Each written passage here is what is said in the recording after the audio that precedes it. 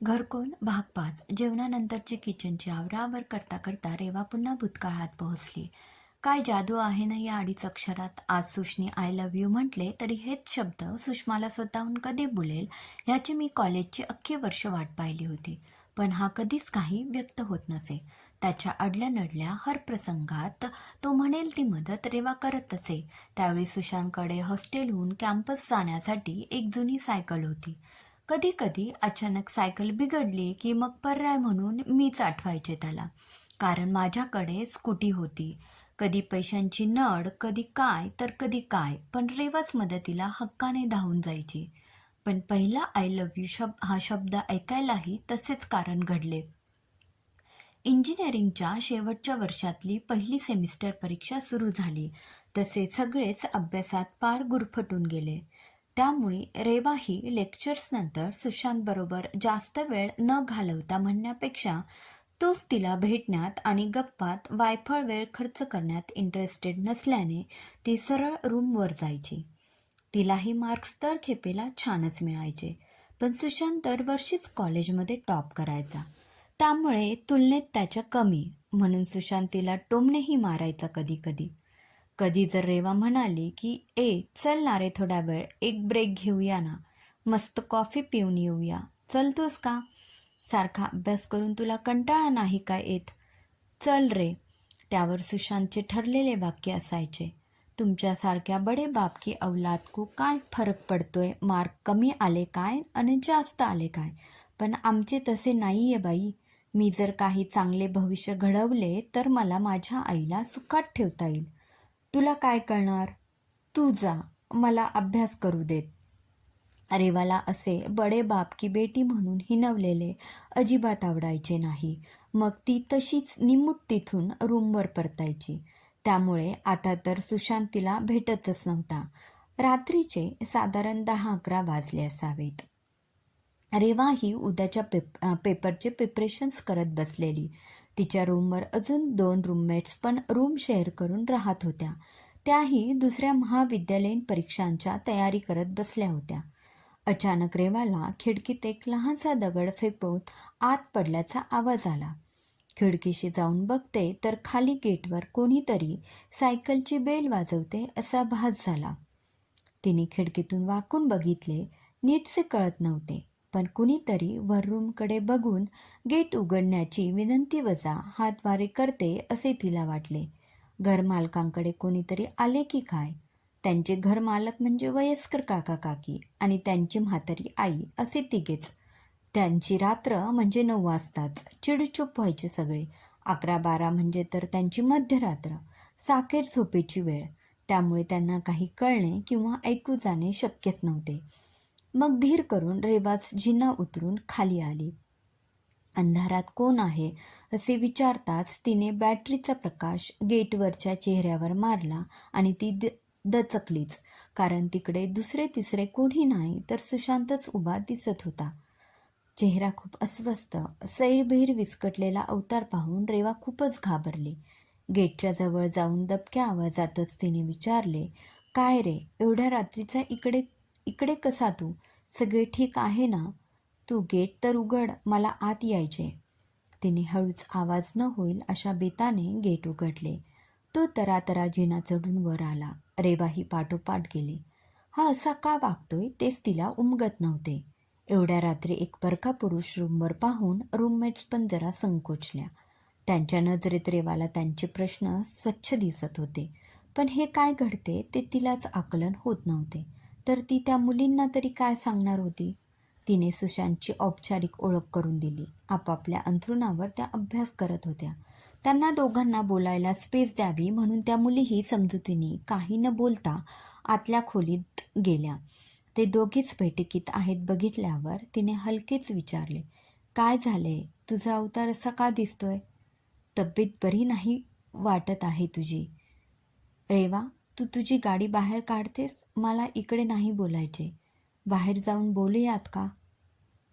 आता तर रेवाची बोबडी बळायचीच बाकी होती.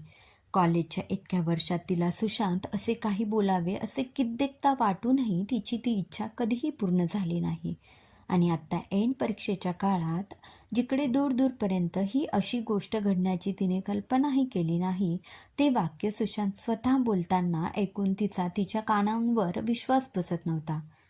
झाले काय? सुशांत, घड्याळात वेळ बघतोस ना? किती वाजलेत? इतक्या रात्री कुठे जायचे? तू प्लीज येणार आहेस का? जास्त प्रश्न न विचारता येत असलीस तर चल, नाहीतर मी जातो परत हॉस्टेलवर. त्याचा तो कठोर चिडका सूर ऐकून रेवाला जाणवले की नक्कीच गाडं बिनसले. काहीतरी सिरियस आहे हे नक्की. तिने 2-3 मिनिट विचार केला.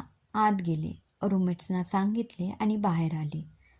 सुशांत, तू एक काम कर, खाली जाऊन हळूच आवाज न करता माझी स्कूटी गेट बाहेर काढ. तोपर्यंत मी चेंज करून आलेच. गाडीची चावी सुशांतला देत ती पलटली. 2 मिनिटात कपडे करून पर्समध्ये थोडेफार पैसे कुंबून ती बाहेर पडली. कुठे जायचे? तूच गाडी चालव, इथे रेवा. मी नको, तू चालव, मी मागे बसतो. आपण त्या कॅम्पस जवळच्या मंदिराकडे जाऊ. तिने काही न बोलता गाडी मंदिराकडे घेतली. मंदिराच्या पायऱ्यांजवळ गाडी उभी करून दोघेही वर गेले. देवाचे दरवाजे बंद होते, पण वर कट्ट्यावर बसायला जागा होती. बंद दरवाजाकडे नकळत सुशांतचे हात जोडले गेले. खूप वेळ फक्त डोळे मिटून तसाच उभा होता. शेवटी रेवानेच हलकासा स्पर्श करून त्याला बसायची खूण केली. तो बसला जवळ, पण चेहऱ्यावर चिंता काळजी साफ दिसत होती. डोळे भरून आलेले. रेवाने त्याला आजवर कितीतरी अडचणी आल्या तरी इतके कोलमडलेले, हतबल झालेले कधीच बघितले नव्हते. त्यामुळे तिलाही आता चिंता वाटत होती की नेमके झाले तरी काय. सुशांत, काय झाले? बोल ना, मला काळजी वाटतेय तुझी. बोल ना पटकन प्लीज. सुशांत आता हमसून हमसून रडायला लागला. इतका वेळ आवरलेले रडू रेवाच्या खांद्यावर पाहायला लागले होते. काय झाले? तू रडतोस का असा? कोणी काही बोलले का तुला? काकांचा फोन आला का? काही पैशांची अडचण आहे का? काहीतरी बोल रे सुश. काकांचा फोन आला होता. सुशांत आता बोलता झाला होता. काय म्हणाले काका? सगळे बरे आहेत ना घरी? नाही आहेत बरे. काकांचा फोन होता की आईची तब्येत अचानक बिघडली. तिला हॉस्पिटलमध्ये ॲडमिट केले. तिची अचानक शुद्ध हरपली म्हणून हॉस्पिटलला नेले तर डॉक्टरांनी सांगितले की तिला माइल्ड अटॅक येऊन गेलाय. त्यामुळे ICUमध्ये शिफ्ट केलंय. सांगता सांगता पुन्हा सुशांत रडायला लागला. त्याला कसे सावरावे हेच रेवाला समजत नव्हते. ओ माय गॉड, हे काय अघटित घडले रे. आता कशी आहे आई? आता काय ठरवलेस तू? उद्या जाणार आहेस का गावी? परीक्षेचे काय मग? नाही ग, काका म्हणालाय की आई असेही ICUमध्ये आहे, त्यामुळे तिच्याजवळ कोणाला भेटायला थांबायला परवानगी नाहीये. मग तू परीक्षा बुडवून इकडे येऊन तरी काय करणार? त्यापेक्षा परीक्षा संपल्यावरच ये. तिला आता ऑब्झर्वेशनमध्येच ठेवणार आहेत 48 अवर्स तरी. त्यानंतर इम्प्रूव्हमेंट बघून ठरवणार की काय करायचे. हो ना, मग तू शांत हो पाहू आधी. काकू सेफ हँड्समध्ये आहेत. काकाही उपचार नीट करतायत. मग तू आता रडू नकोस. बघू, आधी शांत हो. तू जेवलास का? मेसवर जेवायलाच जात होतो तोच काउंटरवरून मेसेज आला की घरून कॉल आहे. आई परीक्षेत विश करायला फोन करते कधी कधी. तसा केला असेल म्हणून गेलो तर हीच बातमी कळली. जेवणाची इच्छाच उरली नाही. असे वाटले सगळे सोडावे आणि पळत आईकडे पोहोचावे. पण बघ देवाने ही कशी वेळ आणली. इच्छा असूनही मी आईला भेटायला जाऊ शकत नाही. परीक्षा ही आत्ताच यायला हवी होती का गं? देव नाहीच आहे जगामध्ये, आणि असलास तर आमच्यासारख्यांसाठी तरी नाहीच आहे. हे बघ सुश, तू शांत हो जरा. मला तुझी मनस्थिती समजतीये, पण तूच जर असा धीर सोडलास तर मग आईला कोण धीर देणार? आणि काकू लवकर बऱ्या होतील. तू मुळीच मनात भलते सलते विचार आणू नकोस. आणि तू इथे इतके कष्ट घेऊन जो अभ्यास करतोयस तो कोणासाठी? काकूंना तुला खूप आनंदात बघायचे ना, मग आता सगळे वाईट विचार इकडेच सोड देवाच्या चरणी. आणि प्रार्थना करूया आपण देवाकडे, त्या लवकर बऱ्या होतील. फक्त 1 आठवडाच तर परीक्षा राहिली आहे. मग तू जा काकूंना भेटायला. चल, आता खूप उशीर झालाय, आपण घरी जाऊया. रेवा, एक बोलू का गं? बोल ना. आज मला हॉस्टेलवर जायची मुळीच इच्छा नाहीये गं. मी तुझ्या घरी येऊ का? मला खूप एकटे वाटते आत्ता. आय नीड युअर कंपनी नाव. रेवाला मोठाच प्रश्न पडला. त्याची अवस्था बघता त्याला नाही म्हणणेही योग्य नव्हते आणि रूमवरही नेणे संयुक्तिक नव्हते. त्या चुकून जरी मालकांना कळले तर तो प्रॉब्लेम वेगळाच होणार. काय करावे हेच कळत नव्हते. तिने देवाला हात जोडले आणि मनोमन प्रार्थना केली. काहीतरी निग्रहाने ठरवत ती म्हणाली, सुशांत, चल माझ्या रूमवर जाऊ. त्याआधी काही खायला मिळते का बघू, कारण आमचा डबा तर संपला. वाटेत काही पॅक मिळाले तर घेऊ तुझ्यासाठी, नाहीतर ॲसिडिटीमुळे ऐन परीक्षेत तब्येत बिघडायची तुझी. जाता जाता वाटेत मोबाईल फूड व्हॅन दिसली. तिने पराठे आणि फ्राईड राईस पॅक घेतले. हलकेच वर जायची सूचना करत गाडी हळूच बाहेरूनच बंद करून ढकलत पार्क केली. हळूवार आवाज न करता गेट बंद करून ती वर आली. मैत्रिणींना थोडक्यात घटनेची कल्पना देत तो आज इकडे राहण्यासाठी कन्व्हिन्स केले. मुलीही समजदारीने घेत आपले बिछाने किचनमध्ये शिफ्ट करत बैठक मोकळी केली. तिने पटकन सुशांतला एका ताटात अन्न वाढले आणि बळजबरीनेच जेवायला घातले. तू झोपणारेस ना की अभ्यास करणारेस? रेवा 1 तासभर झोपून मग अभ्यास करतो. मला 1 वाजता उठवशील का? नाहीतर मग घड्याळ माझ्या डोक्याजवळ ठेव, मी उठेन स्वतःच. इति सुशांत. अरे मी अभ्यास करत जागणारच आहे, तू झोप, मी उठवेन तुला. तिने एका चटईवर ब्लँकेट टाकून त्याची झोपायची व्यवस्था केली आणि किचनच्या खोलीत अभ्यास करत बसली. मध्येच लक्ष सुशांतकडेही जात होते. बरोबर 1 वाजता सुशांत उठला. तिने त्याला विचारून अर्धा कप चहा केला. मग दोघेही पुन्हा एकत्रच अभ्यास करायला बसले. 4 वाजले तसे रेवा हळूच सुशांतच्या जवळ येऊन कुजबुजली. सुशांत, 4 वाजलेत. आमचे घर मालक सकाळी 4:30-5लाच उठतात.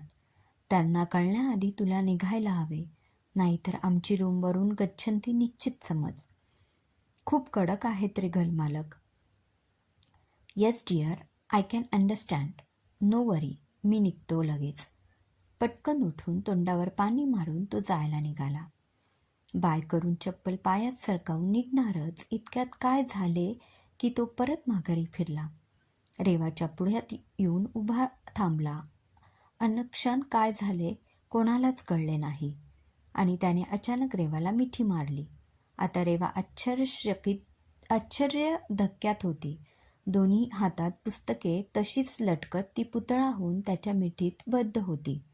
Thanks for everything Reva. आज माझ्या सगळ्यात दुःखद क्षणात तू मला जी साथ दिलीस ती मी कधीही विसरणार नाही.